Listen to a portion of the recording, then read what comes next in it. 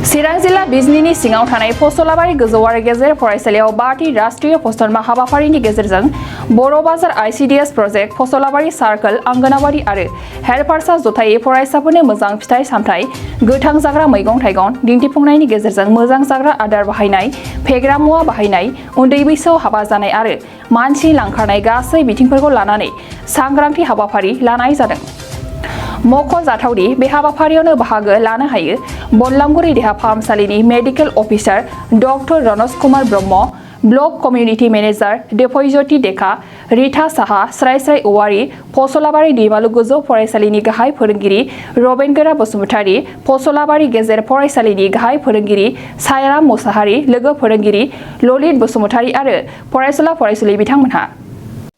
नमस्कार सकलोके आमी याते आईसीडीएसर फाলৰ পৰা আমি এটা পোষণ অভিযানৰ জৰিয়তে আমি নিউট্ৰিশন এনিমিয়া যেটো হয় এৱেৰনেছ প্ৰগ্ৰাম পাতিছো আৰু তাতে আমাৰ এডোলেসেন্ট যিবিলাক গাৰ্লছ এণ্ড বয়জ আছে তেওঁলোকক আমি অলপমান এৱেৰ কৰিছো যে এনিমিয়াটো হয় কি কাৰণত হ'ব পাৰে আৰু ঘৰুৱা কিছুমান আমি খাদ্য দিয়ে কেনেকৈ ইয়াক ঠিক কৰিব পাৰোঁ আৰু তাৰ লগে লগে কিছুমান আমাৰ ডু এণ্ড ডোন্টছ থাকে যে কি কৰিব লাগে কি কৰিব নালাগে সেইখিনি তেওঁলোকক বুজাইছোঁ যাতে তেওঁলোকে এৱেৰ হৈ যায় আৰু নিজৰ কেয়াৰ নিজে ল'ব পাৰে। সো আমাৰ লগত সুপাৰভাইজাৰ মেম আছে তেওঁলোকে কৈ দিব। নমস্কাৰ, আমাৰ বড়ো বাজাৰ আইচিডিএছ প্ৰজেক্ট তথা পছলাবাৰী চাৰ্কেলৰ পৰা আজি আমি পোষণ অভিযান উপলক্ষে আমাৰ পছলাবাৰী হাই স্কুল আৰু এম ই স্কুলত আমি এখন এনিমিয়া এৱেৰনেছ প্ৰগ্ৰাম য'ত আমি treat and talk about anaemia আমি কৰিছোঁ, য'ত আমি শিশুসকলক যিসকল এডোলেসেন্ট গাৰ্লছ এণ্ড বয়জ আছে তেওঁলোকক এনিমিয়া এৱেৰনেছৰ বিষয়ে আমি আমাৰ প্ৰগ্ৰামৰ জৰিয়তে আজি বুজাবলৈ চেষ্টা কৰিছোঁ। গতিকে মই ভাবোঁ এইখিনি প্ৰগ্ৰামৰ জৰিয়তে তেওঁলোকে কেনেকুৱা খাদ্য খাব লাগে, আইৰণযুক্ত খাদ্য খাব লাগে সেইখিনি তেওঁলোকে বুজি পাব। গতিকে ভৱিষ্যতে তেওঁলোকৰ সেইখিনি মানে তেওঁলোকে লক্ষ্য ৰাখিব বুলি মই ভাবিছোঁ।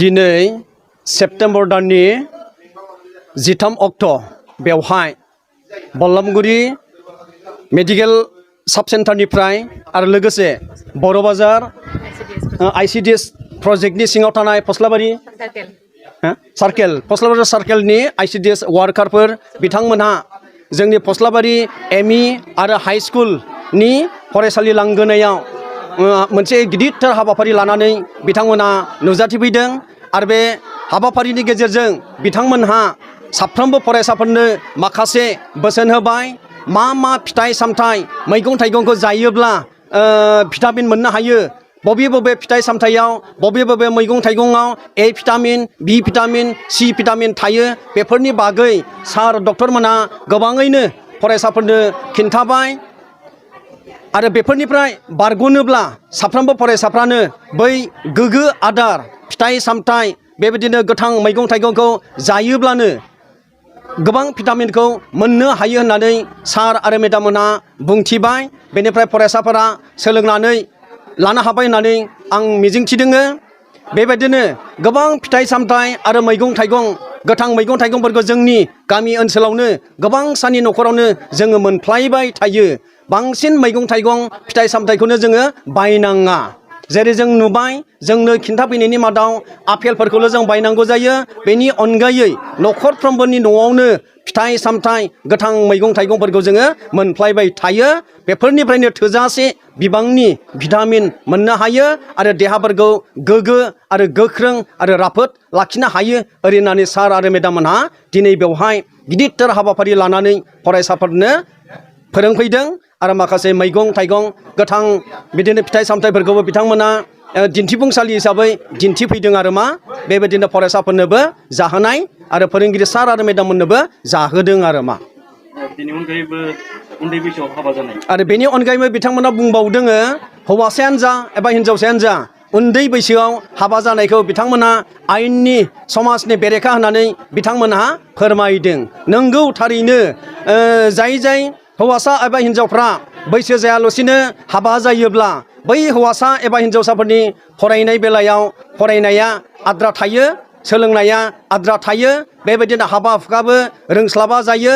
बेबायदिनो गासैबो बिथिङावनो उन्दै बैसोआव हाबा जायोब्ला समाजनि थाखाय जोबोद खहा दङ आरो बिथांमोना बुंबावदों सोरबाफोर उन्दै बैसोआव हाबा जायोब्ला बै हाबा जानाय न'खराव लेंहरोब्लाबो थांनो नाङा ओरै होननानै बिथांमोना बुंदों। उन्दै बैसोआवनो हाबा जायोब्ला बै हाबा जानाय न'खराव थाङोब्ला जायफोर थांगोन बिसोरबो समाजनि नोजोराव दायनिगिरि जागोन आरो बिथांमोनाबो जेल जानांनो हागौ ओरै होननानै बिथांमोना जोंनो फरायसाफोरनो फोरमायदों। नैबे हाबाफारिखौ लानायनि गेजेरजों फरायसाफ्रा माबायदि इमप्रुभ जागोन बायदि मोनदों? बे हाबाफारिनि गेजेरजों आं सानो आं फोथायो गमामायैनो फरायसुला आरो फरायसुलिफ्रा बेखौ गोसोआव लाखियोब्ला उन्दै बैसोआव हाबा जानाय नङा। दिनैनिफ्राय बिसोरो सोलोंनानै लानो हाबाय। बैसो जायागौमानि सोलोंथाइखौ फोजोबागौमानि आखल आखु दानानै लानो रोङागौमानि बिसोरो उन्दै बैसोआव हाबा जानाय नङा आरो दाजाथों आं बेखौ मिजिं थिदों। नोंथांनाव हान्थु सिं गोदोना आखाइ आखाइनि आसि सिंस्रि दाफोना सानाय आफादावनि सानाय आथिं मिजुनाय सानाय खर' जरा सानाय आथिं फारनैबो बोलो मोनै जानजि सानानै आथिङाव साहैनाय जायखिजाया गोजामनिफ्राय गोजाम सानाय जादोंब्ला नोंथांमोना जिंगासिनो नांला।